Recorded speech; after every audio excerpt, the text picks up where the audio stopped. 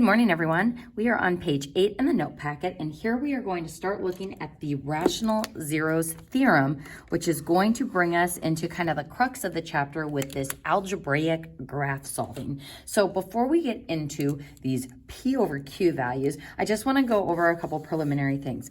First, the degree of a polynomial represents the total number of roots, both real and complex.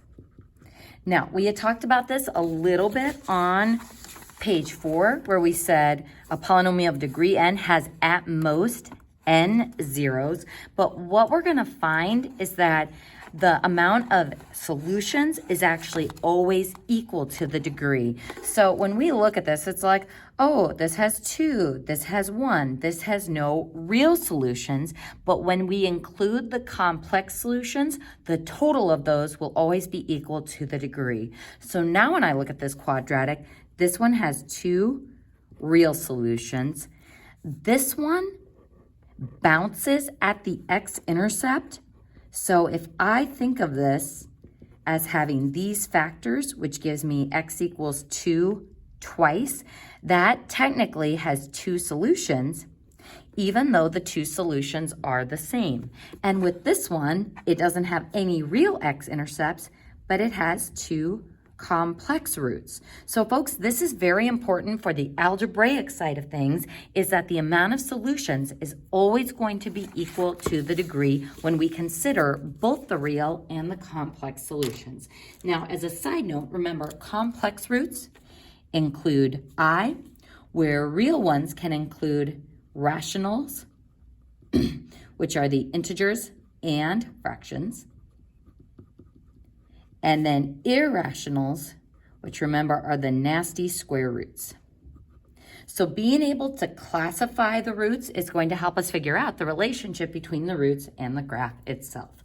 So folks, as we start getting into these problems, we're also going to be making use at the strategy that we outlined on the on the previous page, where if I find a root or if I know a factor, if I can depress it down to a quadratic or a degree 2, we're going to be able to either factor it, use the quadratic formula, or square root. So as part of this, as we start trying to factor and trying to find the solutions, our goal is to depress the polynomial to a quadratic.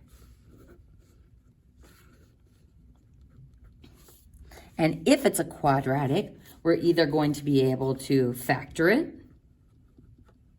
or square root, plus or minus square root, or everyone's favorite, the quadratic formula. And if you're like, oh, that sounds pretty nasty, Mrs. Cairo. Well, having a quadratic, we at least get to use the quadratic formula. There's no power of 4 formula. There's no cubic formula. This quadratic formula only works for quadratic equations, so it's actually pretty awesome that such a thing exists and is unique to quadratic polynomials. So folks, we're going to go ahead and jump into the rational zeros theorem next. So first, let's talk about that word rational. This means it does not include complex, so not complex, so no I, and also not irrational, which are the nasty square roots. So we're only talking about the rational zeros here, so the integers and the fractions. So the rational zeros theorem, you have seen this before in Algebra 2, but from asking my in-person kids, we maybe don't remember it super duper well. And it is one of the more challenging things that you do in Unit 5. So first, P over Q values represent the only possible rational zeros of your function. So first, the only ones. That means if your function has a rational zero, it has to come from the P over Q values.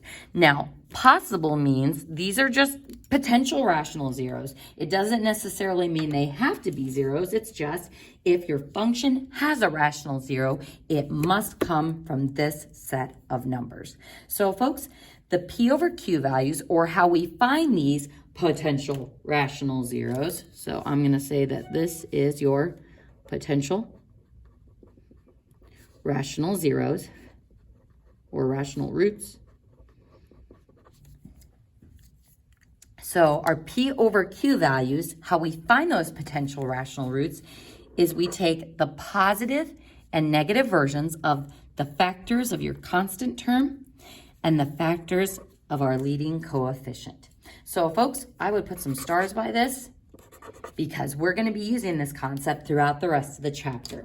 So in this first example, it says just list all the potential rational zeros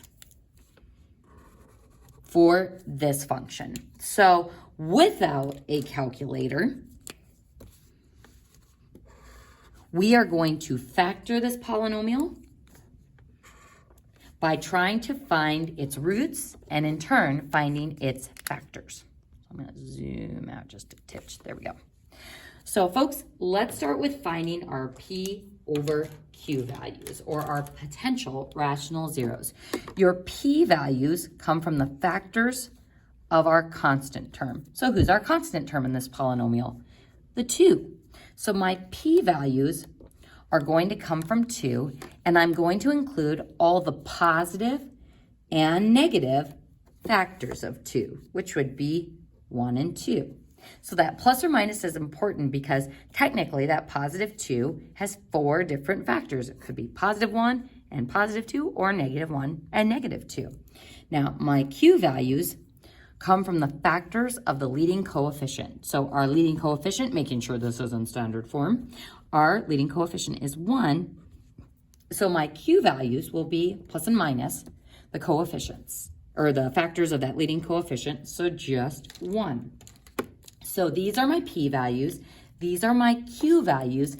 Now, the potential rational roots, or the potential rational zeros, are the P over Q values, making sure we include the positives and negatives of both of those. So folks, how we find the P over Q values, or the P divided by Q values, is we're going to take every P value divided by every Q value. So 1 divided by 1 and 2 divided by 1.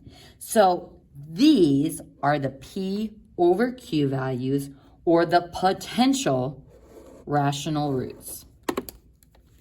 So notice on every single part of this, I have to include the plus or minus.